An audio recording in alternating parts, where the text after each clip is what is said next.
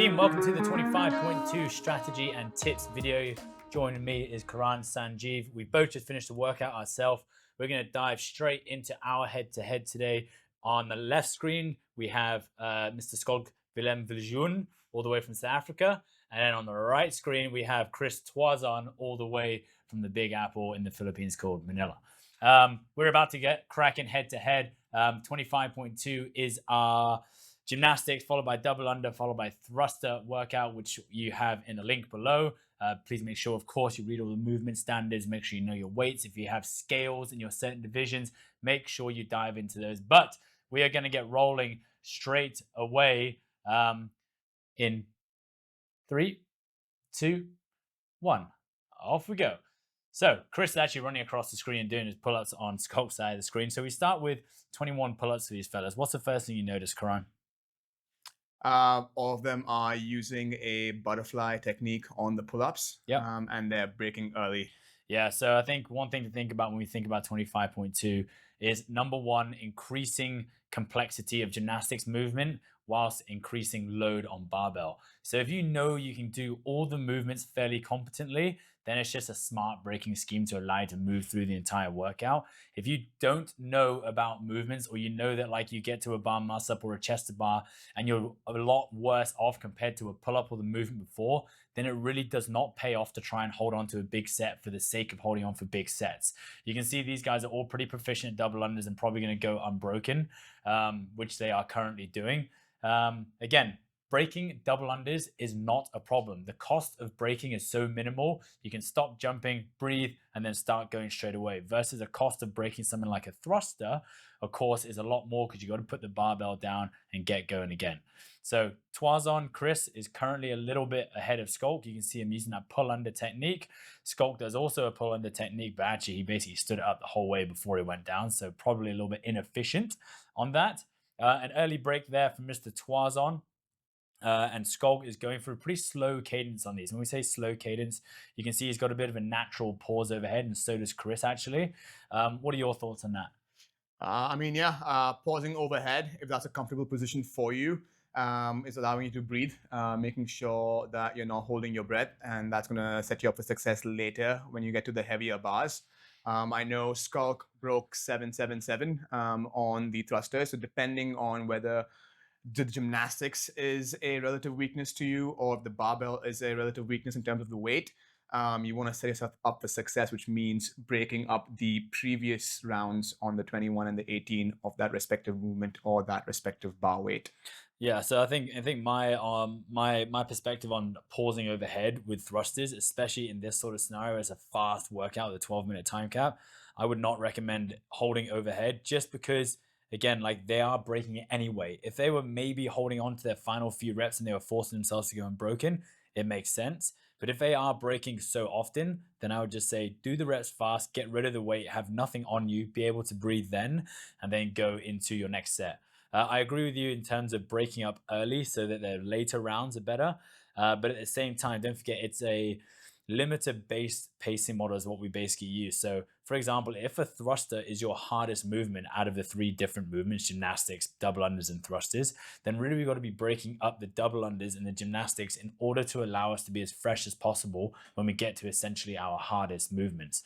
A lot of people just think, oh, the hardest movement is the hardest movement, so that's the only thing I have to break. I'll just go unbroken on the gymnastics and the double unders so I can get to my hardest movement faster, give myself more time. But we know executing the hardest movement is always going to be harder when you're breathing heavier, which holding on unbroken basically does, right? Yeah, I agree. The same thing applies to the double unders. Even if you're proficient, like 42, 36, 30 double unders is not a whole lot. The volume's quite low, but it is going to jack your heart rate up. So if you feel like you need to slow that movement down, just better set yourself up for the gymnastic or the bar muscle-ups or the 61 kg bar for the guys in the RX, then even adding a break, like you said, the cost is not that expensive. So adding a break there, taking a couple seconds to catch your breath, bring the heart rate down, lower the fatigue would be a smart idea. So you see Toison, Chris goes unbroken there. I like what Chris does. He lays his rope down in a manner which you can then pick it up again straight away. I don't like the fact that he lays it in front of him, because every time he picks that up, now he has to step back over the rope. If you watch to the end of his video, I go over how to do the toe catch on the double under to try and be as efficient as possible, especially if you are fighting for something like a tie break, or you're fighting for reps and the clock's about to run down. You do not want to be picking up a rope that's all tangled up and you're trying to unmuddle it. You look at Skulk's rope there, it's complete disgrace behind him. So I would argue that Skulk needs to be a little bit more diligent with setting his rope down so that he can get straight into his next set. Chris should be able to get into his first set of double unders in his third round a little bit easier than Skulk. What we are seeing here, though, in terms of positioning, notice both of them a nice full grip and a front rack position. We're not seeing them press the bar off early. They're both getting pretty good leg drive. Chris is, again, like moving really fast through his reps, and it's just quite aggressive. You can see he's like having to work a lot harder than Skulk is right now. And you could also see in his double unders, he had a really high bound when he's doing his double unders, which kind of like made him pogo stick around the room. He's definitely working harder right now than Skulk is per rep. I wouldn't say Skulk is necessarily stronger than Chris in this scenario, but you can see that Skulk is just a little bit more controlled. Chris is a little bit erratic with his movement. Again, don't forget, these guys are only in round 2. So if they're hunched over and really suffering in round 2 and they know they're getting to round 3, which we both know these fellas will, then they probably pace this a little bit too aggressively. I'd say Skulk looks good. I'd say Chris looks like he might be in some trouble come these bar muscle-ups, double unders, and heavy thrusters, but we shall see what happens. Again, Skulk and Chris both choosing a lot of breaks in the barbell, though, which is definitely a smart thing to do. There's no need to hold on, especially, for example, if Skulk's going to go back there and start chalking up again. Chris has got a pretty healthy lead right now. Again, if you look at Chris's reps on that bar, like, he's just very erratic. Like, the legs are super high. They swing really far behind him. There's a lot of global movement happening. Those toes are coming a bit close to the bar. And you can just see he's pretty spent here, but he's got a very healthy lead. Skulks, again, seems a bit more composed at what he's doing. A bit more of a shallow kip and a bit more controlled. Again, an early break from both of them. And it looks like they're both kind of sitting in that pain cave right now. Yeah, so I think, do you know how many reps Chris is in here? I think he might be in his 8 to 10 reps here. Skulk was at 3. Chris definitely gets to the double unders first. Let's just go with what we're seeing rather than preempting it, Karan. Let's keep the viewers at home a little bit held back. On the edge. Yeah, let's keep them on the edge. So again, Skulk is taking a lot of breaks here, but again, he still looks controlled when he's breaking. Whereas every time Twazon or Chris is coming down from the bar, he looks like he can't do another rep and he's having to rest a lot of time. Again, I know what Chris is doing here with the flick back of the heels, but it's a lot of work. Every time your spine and your diaphragm and midline goes through extension, flexion constantly, that's really hard to work through. And you see Skulk pretty solid in his lockout, a little bit of a heel flick back to assist him on the dip out, but Chris is just moving through a lot. His shoulders are getting jacked up, going through a lot of elevation, depression there. You even see Ivan in the background, maybe not as efficient in the kip out, but he's just a bit more solid in his kip and what he's going through, right? So Skulk getting close to finishing up, and I know Chris is as well. I think they may be pretty damn close in their reps. But neither of them, just as I say that, I was about to say neither of them are getting close to failing one, and then Skulk goes ahead and fails a rep just then. So Chris has got a pretty comfortable lead right now. And Skulk's at 11 bar muscle ups. 11, okay, cool. So that was 3-3-2. 3-3-3-2. He failed the 12th rep, but that was more of like a coming off the bar a long way in the hollow arch. Yeah, so one thing, again, I just watched Chris there as he picked up his double under. Skipping rope, he stood up the rope, stepped over it, did a single under, and then went into his first double under. Again, if you watch to the end of his video, I talk about going through, or the Skulk with a running man muscle up there. I talk about going through your double unders and starting with a double under. Is it essential? No, it's not, but it can definitely save you a second or two, especially when you've got such a big leaderboard worldwide now. It pays to be more efficient. So you watch Chris again, single under, and then into his doubles, fail. No good. The same thing with Skulk as well. He went single and then into his doubles. So, of course, like setting up the rope so you can go straight in first off. You pick it up, it's behind you, you go straight into your first rep without having to do that single under. Small things, but they will pay off, especially if you're fighting for tie break times or even for like a couple of seconds on the clock. So both have taken their grips off here. And Skulk, although he was a long way behind, managed to go unbroken on his double unders. and is straight into his thrusters. Again, you look at like the cadence of their movement. They are both moving pretty fast through this 135-pound barbell. Chris breaking a lot earlier already than Skulk. So Skulk, again, if you like just look at them, I know they're both spent right now, but Skulk just looks like he's in a lot more control. He seems like he's cognitively aware of what's going on. He's watching the clock. Chris is just kind of like lift, dump the barbell, stare at the floor, and he looks like he's much deeper in the pain cave than Skulk is. You can see now Chris's actual movement speed is starting to slow down. He barely pressed out that last one. I know Skulk now is trying to finish off his set. Is he going to hold on to his set? He's getting close. He's getting close. It's got to be the last one surely coming up. Oh, no. Skulk's got one more rep to go, I believe. So he's got to hit basically a squat clean thruster here. Chris is falling behind dramatically now. Chris is just basically doing singles, doubles, and triples. Skulk finishes off. That's solid from Skulk. So when you look at pacing strategy, Chris has just hit the deck, falling backwards in that thruster. So yeah, all things are kind of falling apart now for Chris. We look at the pacing strategy. You got to take your hats off to Skulk here. You know, essentially behind the entire race, and then comes through with still 2 minutes to go on the clock for Chris. So Chris could still finish here, but he looks like he is hurting. Him and Ivan next to him look like they are not doing very well right now. But we already know Chris is a fair few reps in right now. So fingers crossed he can finish this off. Let's take a bit more attention to Chris. Oh, yeah, he's doing single squat clean thrusters now. I mean, anyone doing single squat clean thrusters is not having a good time, are they, Karan? What did you do on your last bar? Yeah, I would not recommend that. Yeah, I mean, look, if you have no choice, yes. if you're in that hurt locker, that's the only option. So it is what it is. Yeah, if you're in that hurt locker, though, again, I would probably argue that unless you know you're just getting a couple of reps at the 61 kg bar, then you got to pace it better before it. You shouldn't be like missing reps or being forced to go down to single reps. At this point, we should really still be able to hold on to it. In terms of efficiency of the movement, though, I still like what I'm seeing from both Skulk and Chris at this point, where they're actually both still moving really well. They're both able to use their legs really well in the thruster.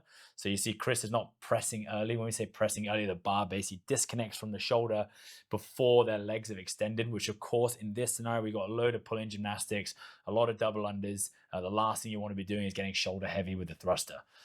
Yeah, I think Chris's world is going pretty black around him right now. I'm not sure how aware he is. He's basically hitting 1 rep max squat clean thrusters. He's still hitting a double though. That's not bad. He's got 15 seconds. I believe he has 3 to 4 more reps to go at this point. So he could still hold on to this if he holds on for 3 unbroken. Not today. I think he still had 2 more reps to go. But good on you, Chris, for giving that a good old nudge. I know that he hasn't been doing that much CrossFit in the last couple of weeks. But you know what? That's not an excuse. He still lost his head-to-head with Skulk. So 1-0. Was that 1-0 or is it 2-0 now? Skulk beat him in the first one. I don't know.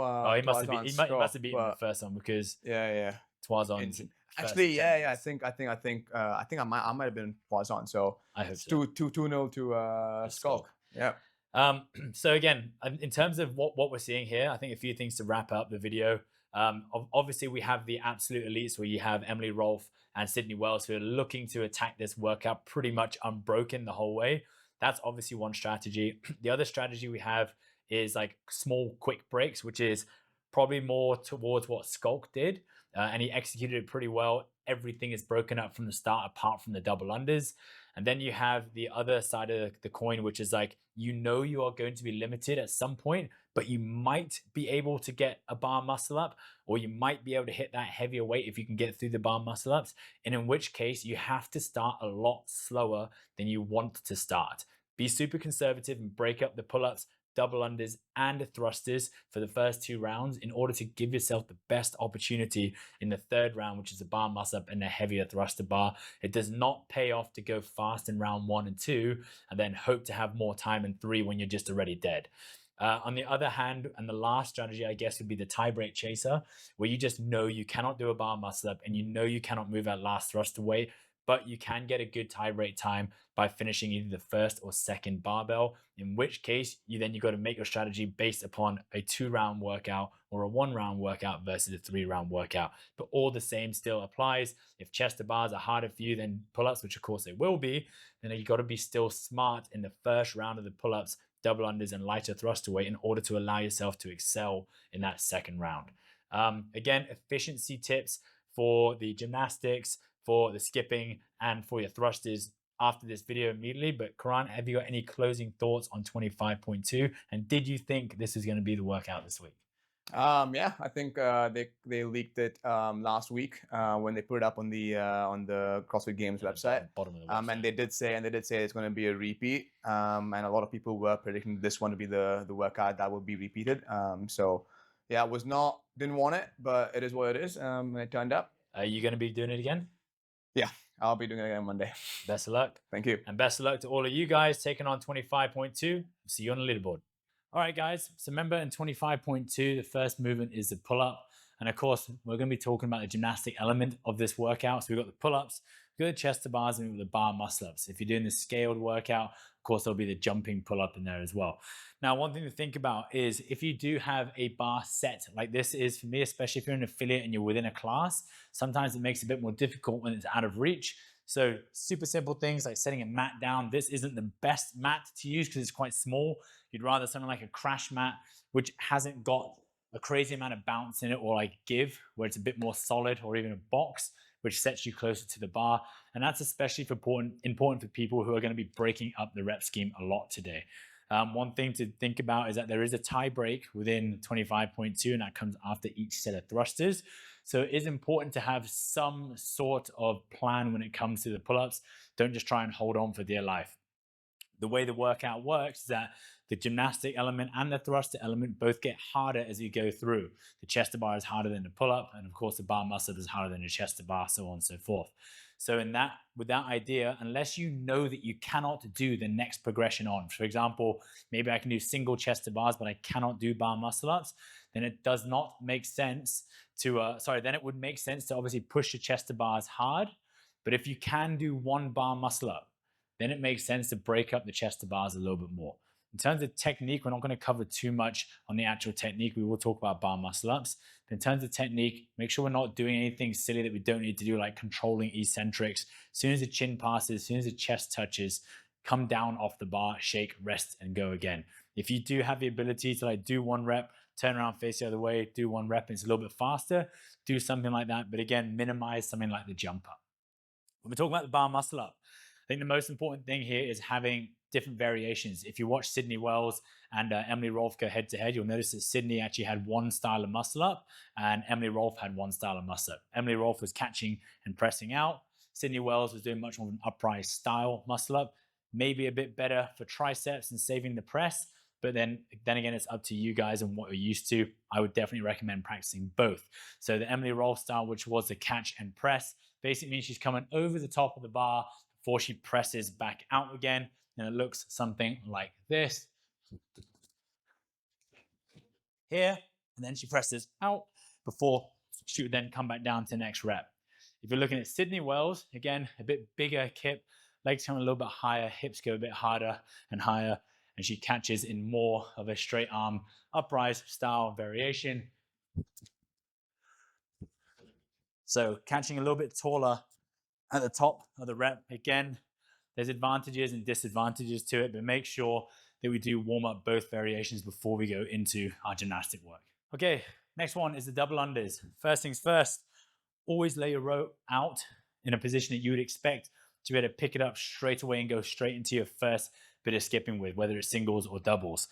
Of course, most of us are going to be wearing gymnastic grips for this. Make sure you know where your grips are, on the outside of your hand or the inside. Personally, for me, I prefer to keep them on the inside. I feel like on the outside, they catch my rope more. So I keep mine in this position here for my thrusters, my double unders, and of course, my pull-ups and gymnastics work.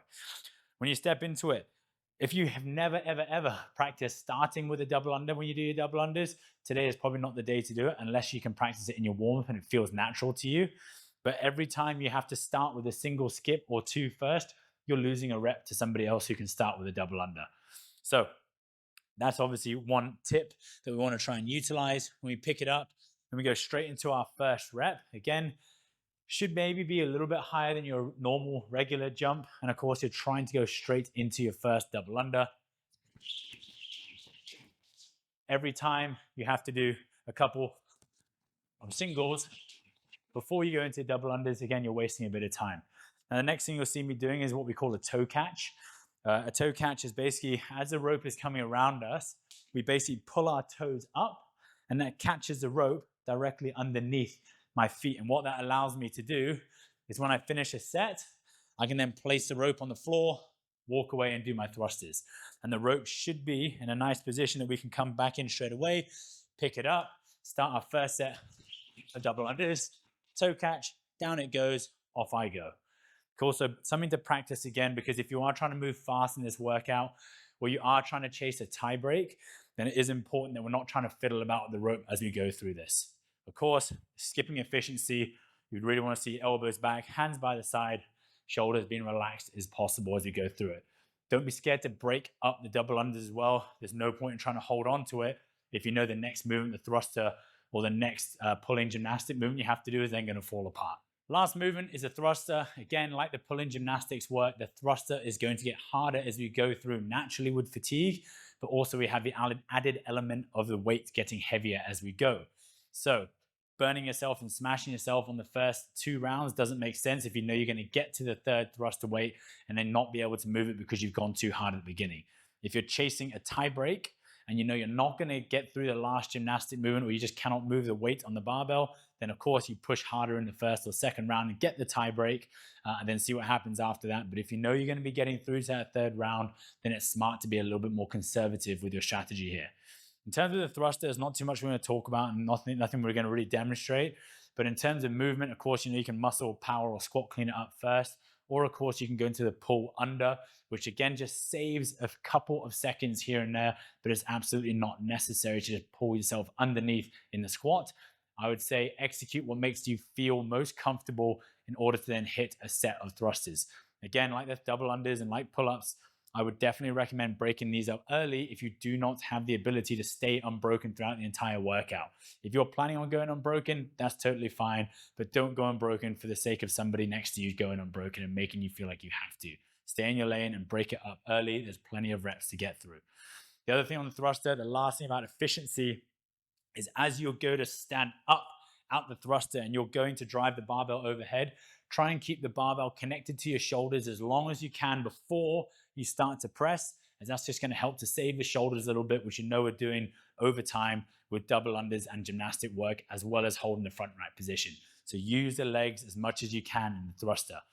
I would definitely not recommend holding overhead with the barbell. I would always recommend finish your reps fast, drop the bar down, have nothing on you, pick it up and do your next set, versus trying to hold on for seconds overhead between each rep, unless it's your last set and you're trying to finish off the last couple of reps of this workout.